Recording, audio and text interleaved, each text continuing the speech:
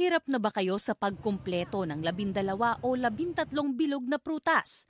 O kaya na may sawa na sa karaniwang orange, mansanas at iba pa? Sa palengke ng Naga, may iba pang pwedeng panghalo tulad ng cherries na 20 hanggang 25 pesos ang bawat piraso. Meron ding panglay o fragrant pears na tila bayabas ang itsura pero peras ang lasa. Medyo mahal pag organic season. Ang klema po, iba ang klema tadigdi kaysa sa ibang bansa. Duman lang sinda nabubuhay. Pero hindi kailangang imported. Merong malalaking bayabas na tinatawag na guapol o guava apple.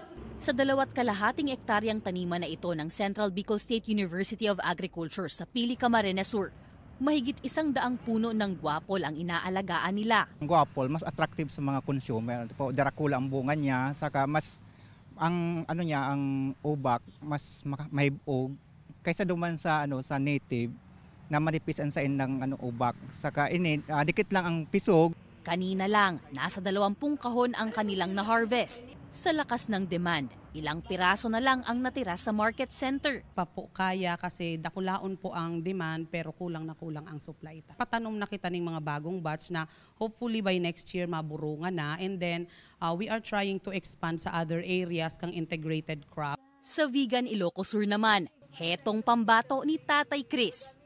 Prutas na aakalain mong suha o tila nyog na pag binalatan ay parang bulak. Calabash fruit o bottle gourd daw ito na karaniwan sa South America at Africa. 8 taon na niyang tanim. Mayaman daw ito sa vitamin C, calcium, iron, sodium at potassium.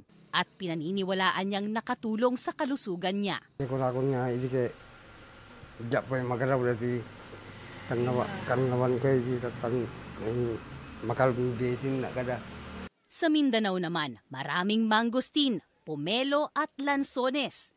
Pero kung ayaw pakahon sa bilog na prutas, pwede namang magdurian na 200 pesos per kilo sa Bangkerohan Public Market. Para sa GMA Integrated News, Jessica Kalinog ng GMA Regional TV Balitang Bicolandia. Nakatutok, 24 oras.